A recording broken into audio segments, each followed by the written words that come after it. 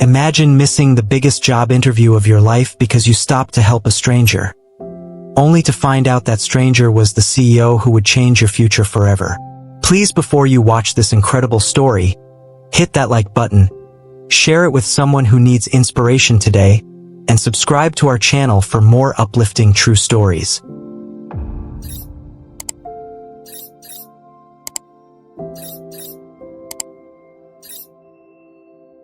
The Texas sun was already blazing overhead as Marcus Taylor jogged down the cracked sidewalk of Eastwood Avenue. His shirt, ironed to perfection just an hour ago, now clung to his back with sweat. He had 30 minutes to make it to Whitaker Industries for what he believed could change his entire life. A job interview that might finally lift his mom and younger brother out of their paycheck-to-paycheck struggle.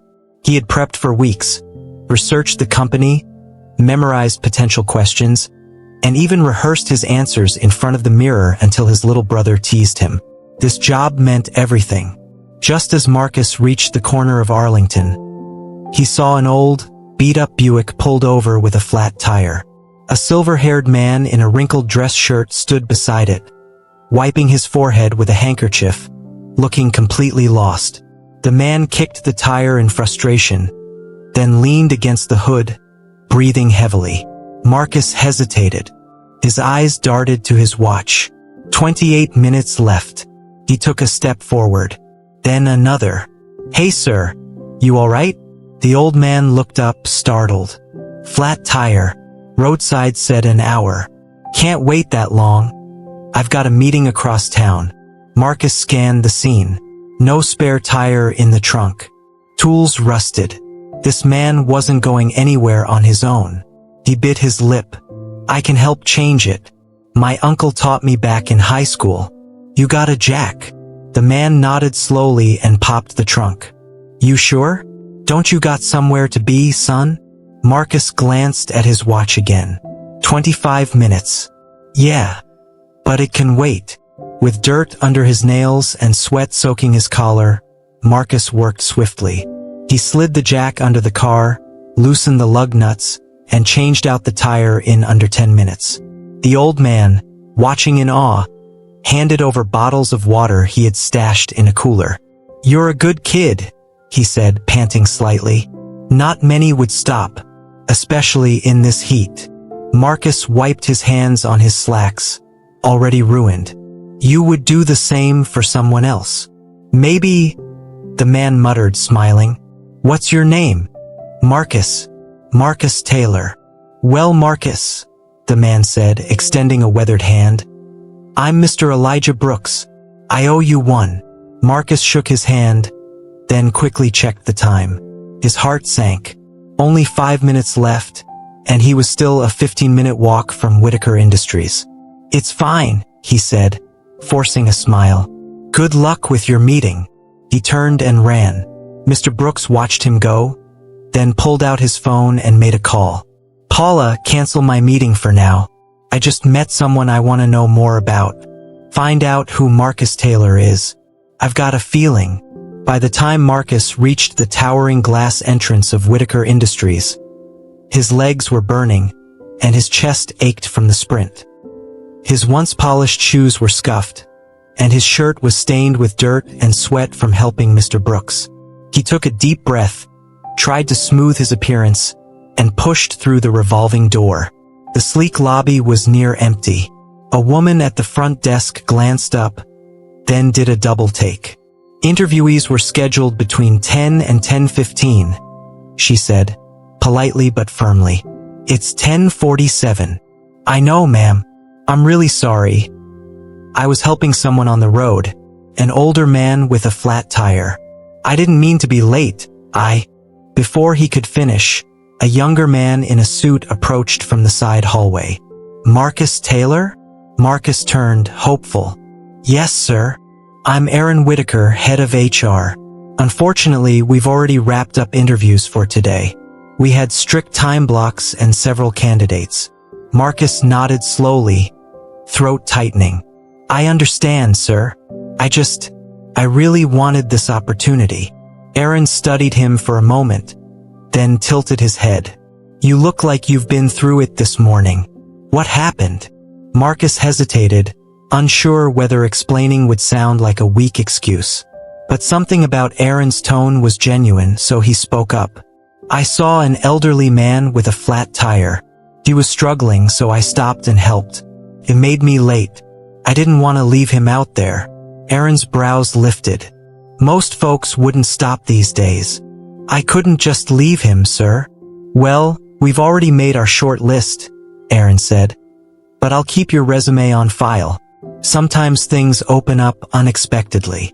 Marcus nodded again, forcing a polite smile, though disappointment weighed on him like bricks. Thank you for your time. As he turned to leave, he passed by the receptionist again. She gave him a sympathetic look. For what it's worth, she said softly. That was a kind thing you did. He offered a grateful nod, then stepped back into the heat of the day. By the time he got home to their small apartment, Marcus's mom, Denise, was folding laundry in the living room. His little brother Jaden was watching cartoons on low volume. Well? Denise asked, wiping her hands on a towel. I didn't make it in time, Marcus said, lowering his backpack to the floor. But I helped someone who needed it. Denise studied him for a moment, then smiled. Then you did the right thing. Your opportunity will come. God sees. Marcus wasn't so sure, but he gave her a tired smile and went to shower. Meanwhile, across town, Mr. Elijah Brooks sat in his private office, sipping coffee and reviewing a folder his assistant had just handed him. Marcus Taylor, graduated top of his class, volunteered at a shelter, worked 2 jobs in college. Mr. Brooks leaned back in his chair, impressed. Let's see what this young man is really made of. 3 days had passed since the interview. Marcus tried to keep himself busy, applying for other jobs, helping his mom with chores, and distracting Jaden from asking too many questions. But 3 days had passed since the interview. Marcus tried to keep himself busy, applying for other jobs, helping his mom with chores, and distracting Jaden from asking too many questions. But deep down, the disappointment still clung to him like a shadow. He had poured everything into that chance, and now it was just gone. That morning, while sweeping the apartment porch, Marcus's phone buzzed in his pocket. Unknown number. He paused, hesitating before answering. Hello, is this Marcus Taylor? Yes, speaking. This is Tanya Carter. I'm calling on behalf of Mr. Elijah Brooks, CEO of Brooks Tech Industries. Marcus's brow furrowed. I'm sorry, who? Mr. Brooks. You assisted him with a flat tire a few days ago on Eastwood Avenue. He would like to meet with you. Marcus's heart skipped. Wait, that man was a CEO? Yes, sir, and he was quite impressed. He's invited you to visit our main office tomorrow morning at 10. We'll send a car. Marcus was speechless. I'll be ready. After ending the call, he stood frozen on the porch until Jaden burst out the front door, tossing a ball in the air. You good, bro? Marcus finally grinned. I think I just got another shot. The next morning, Marcus stood in front of the mirror in his best outfit, a navy blazer his mom had carefully pressed the night before. He still couldn't believe that gruff, sweaty man he helped was Elijah Brooks, one of the top tech executives in the state. At exactly 9:30, a sleek black Lincoln pulled up outside their apartment complex. The driver stepped out and opened the door. Mr. Taylor? I'll be taking you to Brooks Tech. Marcus nodded and climbed in, the leather seats cool against his palms. His mom stood at the window, waving proudly as they pulled away. Brooks Tech headquarters was another world entirely. Towering glass windows, an open-plan office with sleek desks, buzzing with quiet productivity. The receptionist greeted him warmly and guided him to the top floor, where Elijah Brooks himself stood waiting in a modest office overlooking downtown Houston. Well, if it isn't the young man who saved my schedule, Elijah said, offering a hearty handshake. Marcus smiled. I had no idea who you were. Exactly why I wanted to meet you. Elijah gestured for him to sit. We interview dozens of candidates every week. Ivy Leaguers, tech prodigies. But rarely do we meet someone who leads with character. I appreciate that, sir. I wasn't trying to impress anyone. He just looked like he needed help. And that's what impressed me, Elijah said. Now tell me, what are you passionate about? What do you want to build?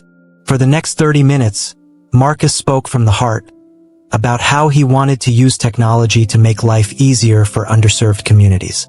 How he hoped to one day open a community learning center. Elijah listened closely, nodding. When Marcus finished, Elijah leaned back. I don't just want to give you a job, Marcus. I want to invest in your future. Marcus blinked. You serious? As serious as a flat tire, Elijah chuckled. Marcus could hardly believe it when Elijah led him down a hallway and into a sleek glass-walled conference room. Inside sat a panel of executives, men and women in tailored suits, holding tablets and sipping coffee from stainless steel mugs. This is Marcus Taylor, Elijah announced. He's not here for a typical interview. He's here because he represents something we need more of around here: integrity. The room fell silent as eyes turned toward Marcus. He felt the heat rise in his neck but straightened his shoulders. Elijah smiled, placing a firm hand on Marcus's shoulder. I want you all to hear his ideas. Marcus, tell them what you told me about tech for underserved communities. Marcus swallowed his nerves and stepped forward. Well, where I come from, tech is more of a luxury than a tool. But I believe it should be a bridge, one that connects people to education, health, opportunities, even clean energy. I want to build tools that give folks in low-income areas a fighting chance. The CTO, a tall woman named Evelyn James, leaned forward. You mentioned a learning center? Yes, ma'am. A place where kids like my brother could learn coding, robotics, anything. Places where no one looks down on you for not having Wi-Fi at home. Murmurs rippled around the table. A bearded man near the end, the CFO, Marcus Guest, spoke up. You ever run a project before, son? No, sir, Marcus replied honestly. But I've worked part-time since I was 13, held leadership roles in college and organized community drives. I may not have the experience, but I've got the heart, and I learn fast. Elijah grinned. He's got grit. And right now, that's what this company needs more than another polished resume. Evelyn nodded. I would like to mentor him personally. Marcus's eyes widened. Perfect, Elijah said. Marcus, we're offering you a full-time paid apprenticeship in our social impact division. You'll shadow Evelyn, develop a pilot program for the community tech center idea, and if all goes well, pitch it to the board in 6 months. Marcus felt his legs go weak. This is more than I ever expected. We expect a lot in return, Evelyn said with a slight smile. But I have a feeling you'll deliver. That night, back in their small apartment, Marcus sat at the kitchen table with his mom and Jaden, tears forming in Denise's eyes as he explained everything. They're going to pay me to learn. They believe in my idea, Ma. Denise reached for his hand. No, baby. They believe in you. Jaden beamed. Does this mean we get a bigger apartment? Marcus laughed, rubbing his brother's hair. Eventually.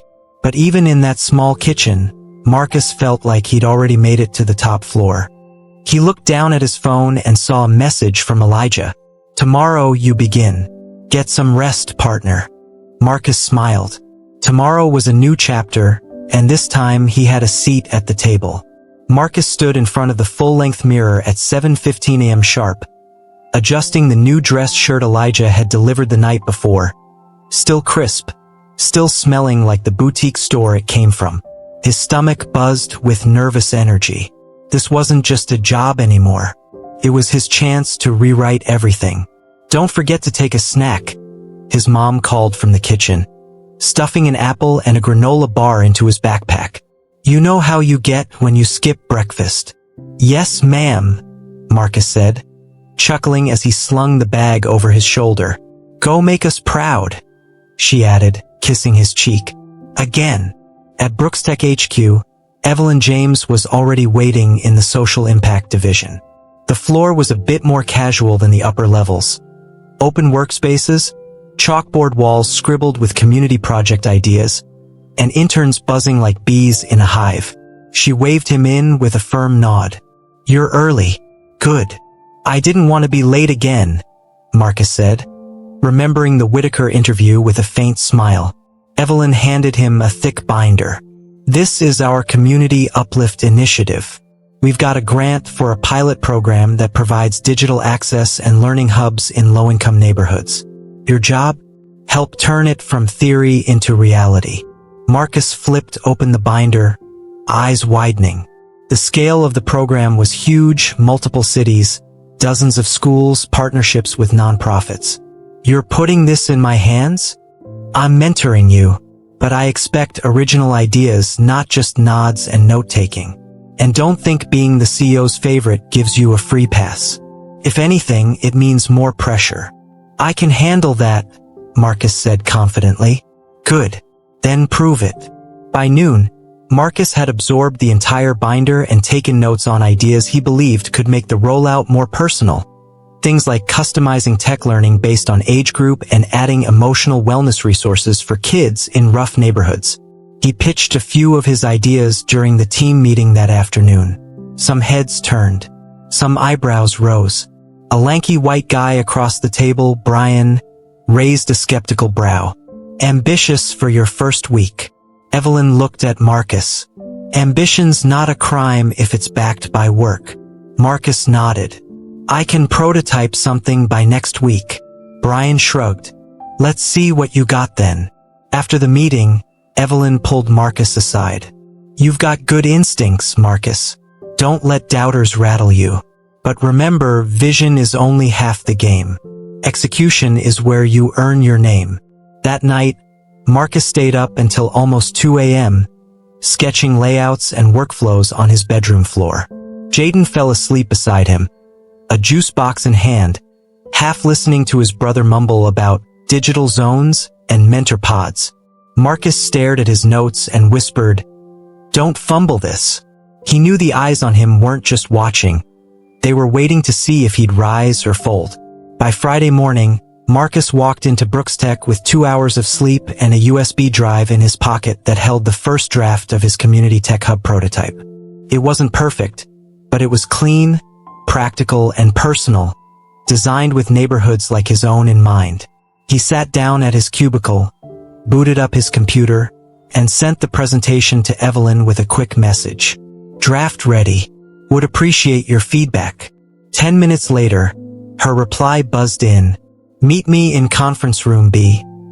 Bring your notes." Marcus grabbed his folder and hurried across the floor.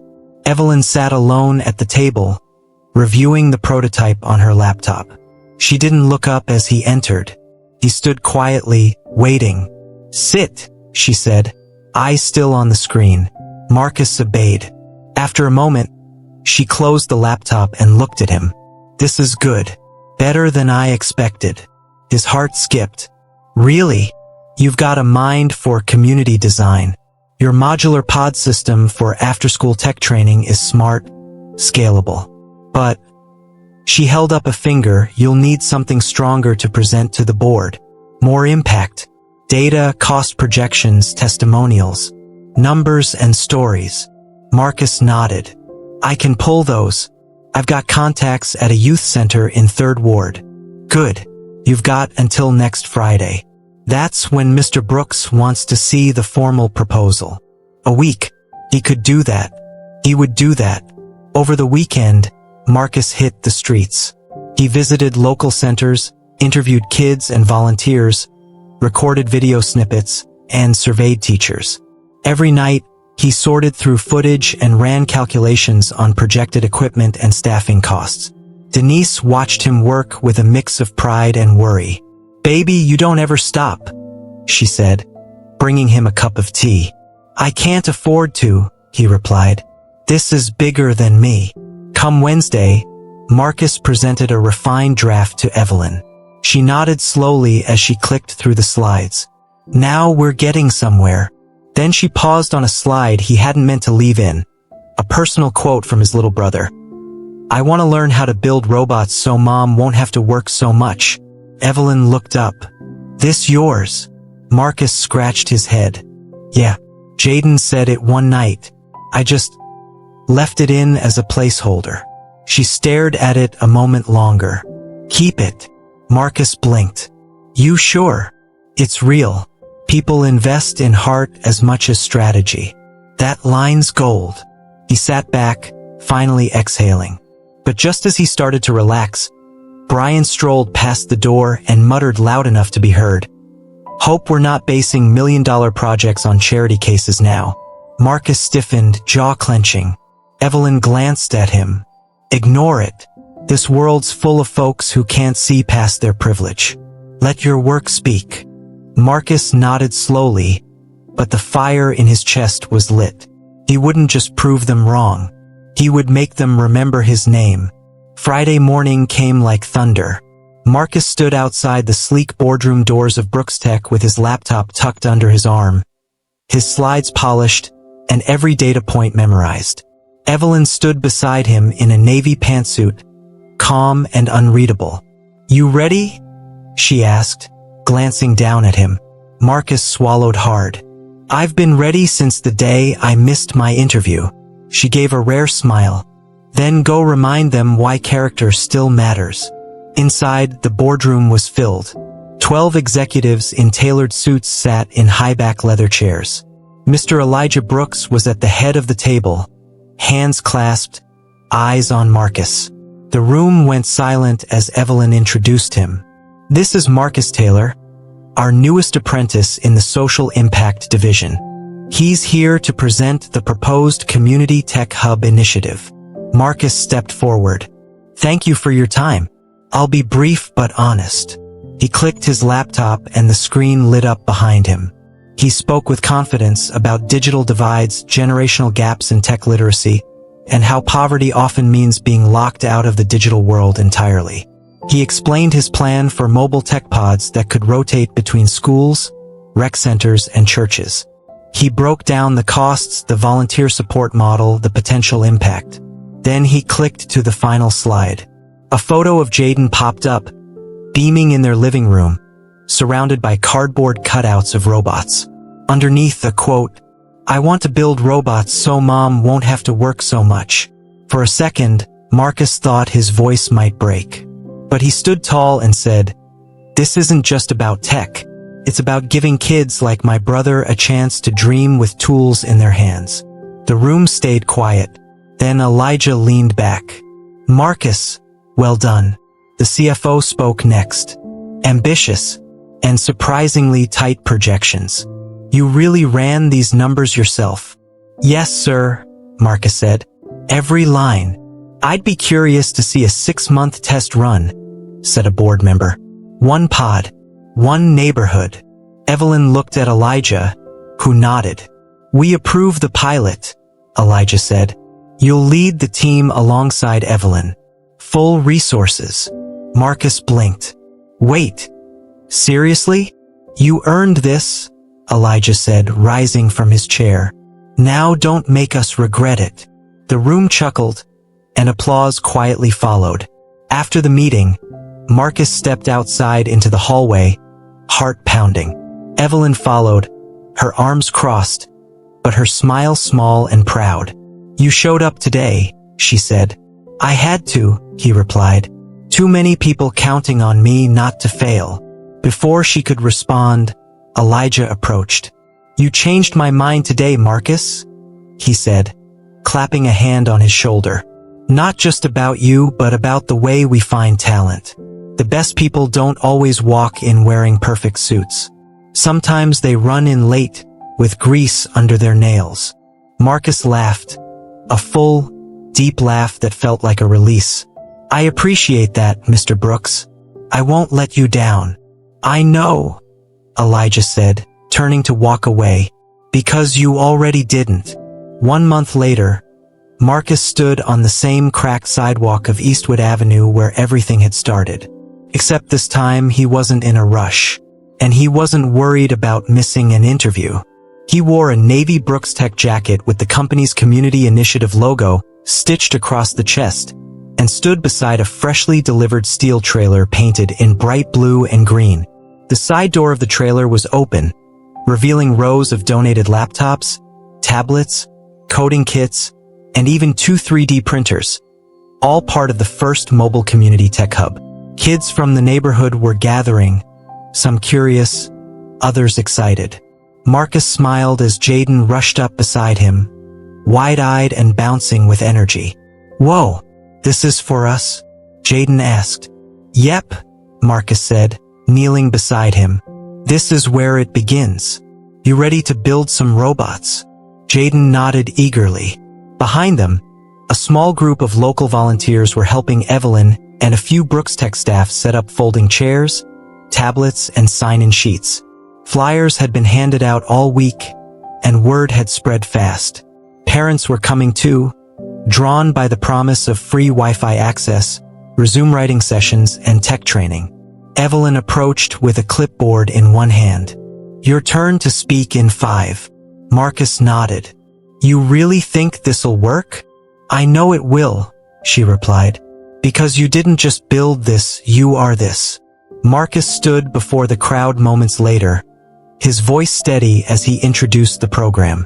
"This neighborhood raised me, so this tech hub isn't just about learning to code. It's about opening doors.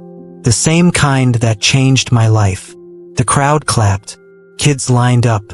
A local teacher offered to volunteer twice a week. One of the mothers stepped up to Marcus afterward and touched his arm. "My daughter wants to be an engineer. She's never had a computer in the house. This changes everything." Her words sat heavy in his heart, in the best way. Later that night, as things wrapped up, Marcus sat on the back steps of the trailer, watching the sun set over the street he used to race down as a kid. Elijah Brooks walked up beside him, hands in his coat pockets. "You brought this full circle," Elijah said. "I just followed what felt right," Marcus replied. Elijah looked out over the community center parking lot. "Most folks chase money or status. You chased impact." Marcus turned to him. "You think the board will approve the expansion? After today?" Elijah said with a smirk. "They'd be fools not to." A silence settled between them, comfortable, earned. Elijah continued, "You remind me of a younger version of myself. Except you've got something I didn't have at your age." "What's that?" "Perspective. You understand what it's like to build something from nothing." Marcus nodded, the weight of the journey finally hitting him. "I just wanted to make a difference." Elijah smiled. "You already did." 2 months into the pilot program, the community tech hub was buzzing with activity. Attendance had doubled. Parents were calling daily to reserve spots. Kids were building mini robots, coding simple games, and even 3D printing model cars. Marcus had created something real, something lasting. But with growth came pressure. One Thursday morning, Marcus arrived at headquarters and was immediately called into Evelyn's office. She sat behind her desk, her face unreadable. "We've got a problem," she said bluntly. Marcus's chest tightened. "What kind of problem?" "Funding. One of our major sponsors backed out. Apparently, they don't see community-based programs as high ROI anymore." He blinked. "But we're just getting started. We have proof. Videos, attendance stats, progress reports." "I know, but it's not just about numbers. It's perception. Some people don't believe investing in underprivileged neighborhoods is worth it." Marcus felt his jaw clench. "That's exactly why we need to keep going." Evelyn nodded. "I agree, but we've got to convince the board.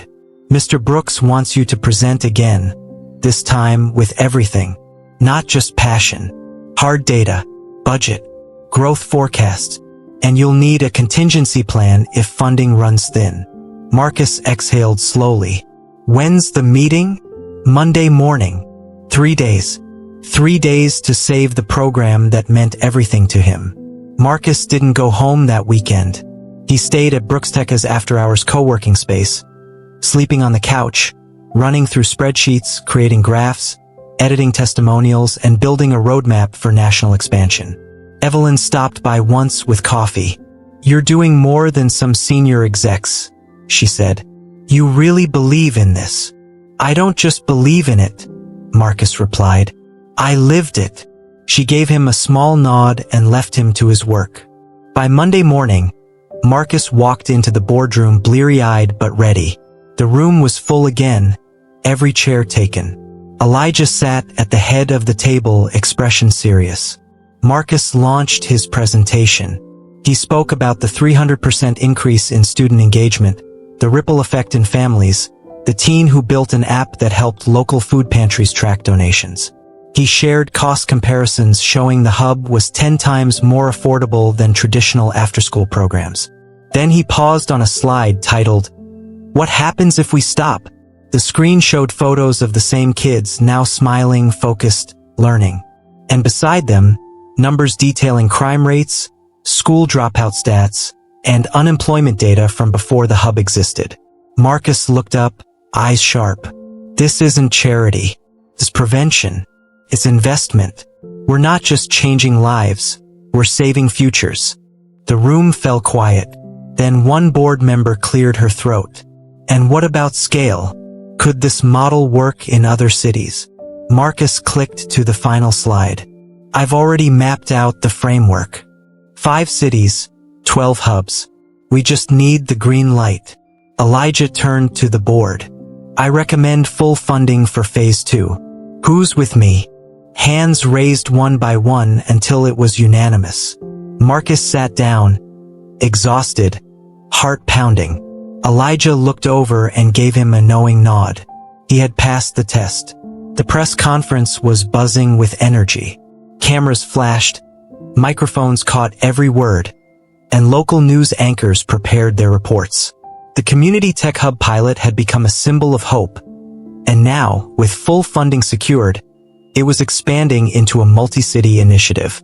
Marcus stood at the podium, dressed in a sharp suit that fit better than any outfit he had worn before.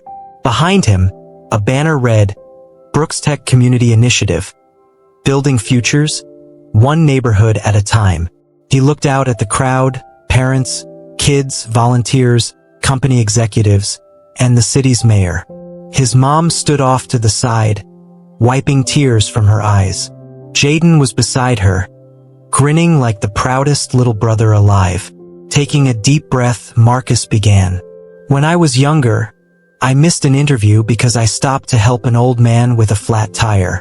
At the time, I didn't know he was Elijah Brooks, the CEO of Brooks Tech. That moment changed my life." He paused, the weight of his journey settling in. "I didn't get that job because I was perfect. I got it because I showed kindness, character, and a willingness to help others, even when it meant risking my own future. And now, we're here, standing together, ready to bring opportunity and technology to neighborhoods that need it most." The crowd erupted into applause. Afterward, Elijah approached Marcus with a broad smile. "You've grown into the leader I hoped you would be." Marcus laughed. "Still got a lot to learn." Elijah clapped him on the back. "Good, because we're just getting started." Later that evening, Marcus sat on the porch of their new, bigger apartment, watching the stars flicker over the Houston skyline. His phone buzzed, a message from Evelyn with a photo of the newest tech hub in Dallas, fully operational. He smiled and texted back, "Looks amazing. Let's keep changing lives." As he looked up at the night sky, Marcus felt something he'd never felt before. The calm confidence of a man who had turned a missed interview into a mission, a flat tire into a future, and kindness into legacy. His journey wasn't over. It was only just beginning.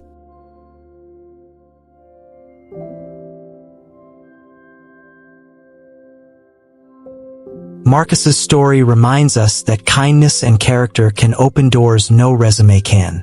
If you believe in the power of compassion to change lives, please comment your thoughts below, and share this story with your friends and family. Don't forget to subscribe and turn on notifications so you never miss a story that inspires. Remember, sometimes the smallest actions lead to the biggest opportunities.